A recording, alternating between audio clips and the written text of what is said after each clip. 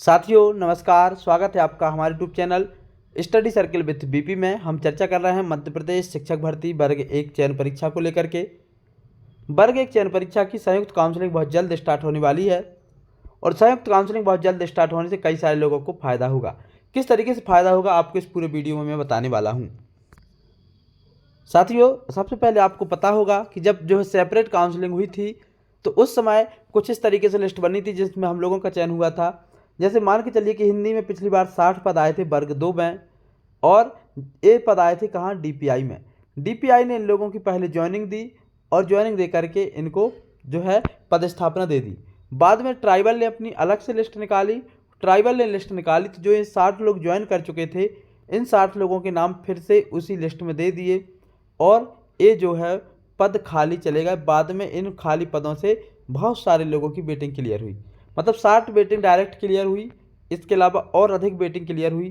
तो अब होगा क्या कि ऐसे ही आप लोगों की मार्कशीट में अभी 2 रैंक दिखाई जा रही हैं, एक आपकी स्कूल शिक्षा विभाग की और एक आपकी ट्राइबल शिक्षा विभाग की।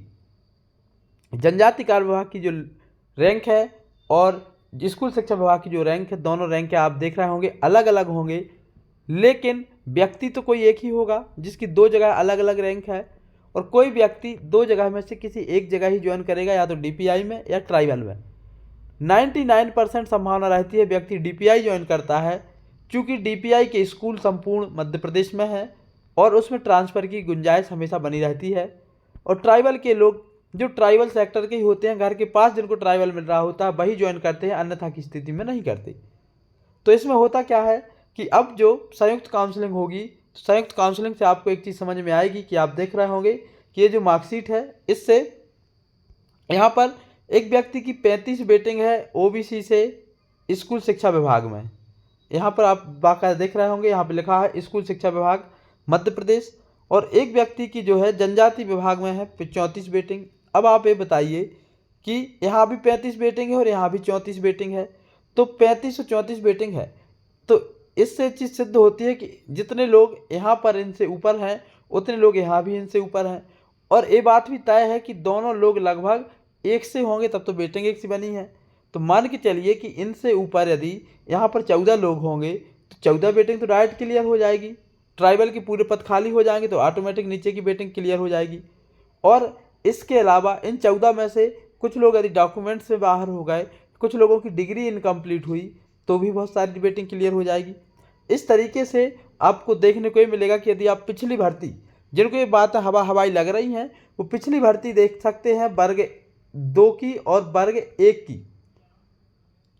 उससे उनको क्लियर हो जाएगा कि जो डीपीआई की ज्वाइनिंग के बाद ट्राइबल ने लिस्ट निकाली थी तो ट्राइबल की पूरी लिस्ट क्लियर हो गई है और जितनी ट्राइबल की वेटिंग आई थी पूरी वेटिंग क्लियर हो गई है। क्योंकि मैं स्वयं वेटिंग में था और मेरी वेटिंग बाकायदा क्लियर हुई और मुझसे नीचे लगभग कई सारे लोगों की वेटिंग क्लियर हुई और उसके बाद फिर पद वृद्धि हुई और पद वृद्धि होने के बाद फिर कई सारे लोग जो कहीं दूर दूर तक लिस्ट में नहीं थे उनकी फिर से लिस्ट बनी और उन लोगों के नाम आए और उन लोगों का भी चयन हुआ। तो भर्ती प्रोसेस लंबी चलती है, अभी आप धैर्य बनाए के रखें। और हाँ, पद वृद्धि की बात रेगुलर कमेंट के माध्यम से आती है, तो साथ ही आपको पद वृद्धि के लिए किसी ने मना नहीं किया है, आप अपने स्तर से प्रोटेस्ट कर सकते हैं, जितना ही बन सकेगा मैं सपोर्ट करूँगा।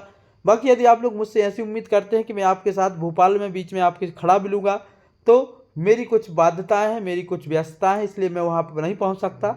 चैनल के माध्यम से लोगों को प्रेरित कर सकता हूँ, आपकी जानकारी लोगों तक पहुँचा सकता हूँ, तो आप पद वृद्धि जरूर करें।